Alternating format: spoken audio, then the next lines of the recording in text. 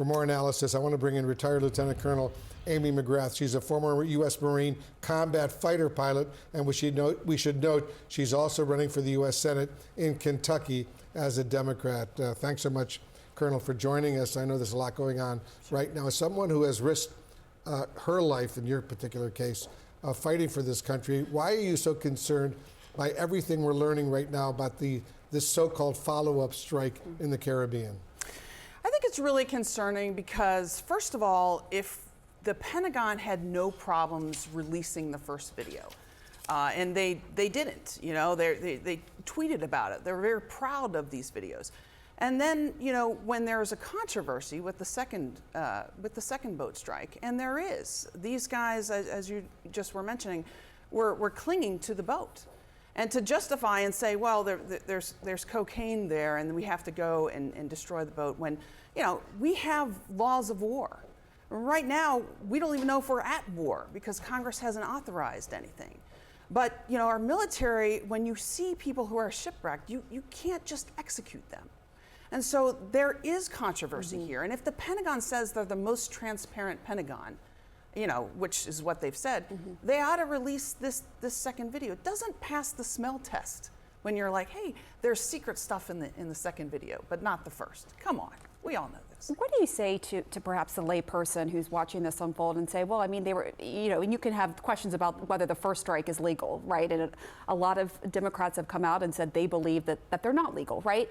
But what do you say to the American out there who's like, well, if they're trying to strike and kill the bad guys, why not just finish the mission? Yeah, and again, I know that there's a legal aspect, but I think that it's a political messaging aspect too. Well, I certainly hear that a lot because, you know, in Kentucky, we have a real problem with opioid crisis. Yeah. You know, people want to go after, and I want to go after drug dealers.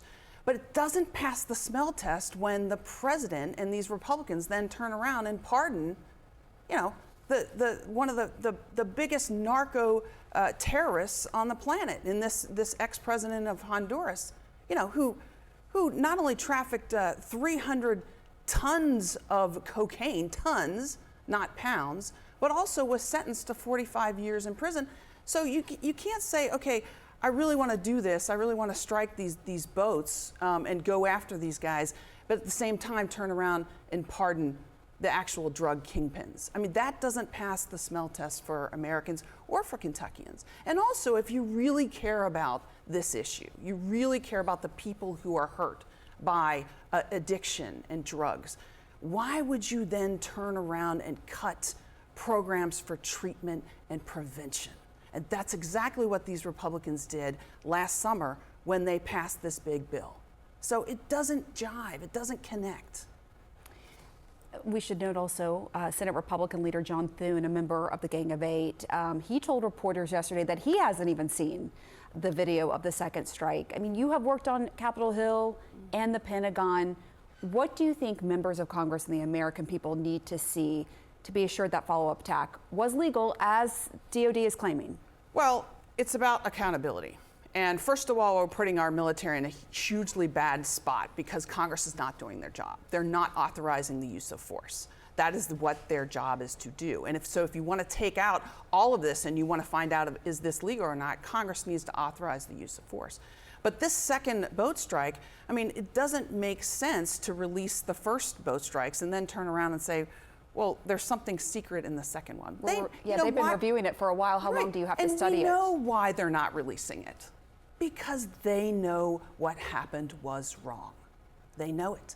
And they don't want accountability for it. And that's why they're not. And on that point, in other attacks against alleged drug boats in the Caribbean, there have been survivors of initial strikes, including in one instance where the U.S. Navy detained 2 people and actually returned them to their home countries. Right. So why would the September 2nd incident at question be any different if those survivors didn't pose a real threat? Well, and this just goes to the total chaos and recklessness of the entire policy. It was not well thought through. Okay, and I hear this a lot from Kentuckians. Well, we want the president. We want to go after drug runners and that sort of thing. But this is a reckless policy that people don't know what we're doing there. And now we're talking about going to war in Venezuela. You know, That's not what Kentuckians, it's not what Americans are focused on. It's not what we voted, people voted for this president to do. I know no one in Kentucky that said, you know, I really voted for President Trump because I want to go to war against Venezuela. This isn't even where the drugs are coming from. So the policies don't make sense. They are not connected.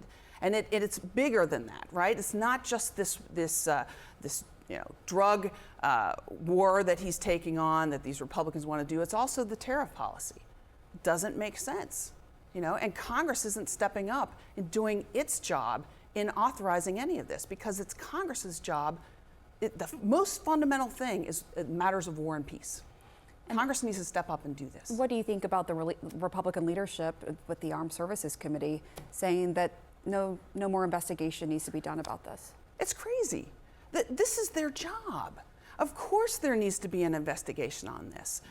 We know that the second boat strike, there's major controversies here, and you're putting our military in a hugely bad position. Think about the fact that our allies have said, we're not with you.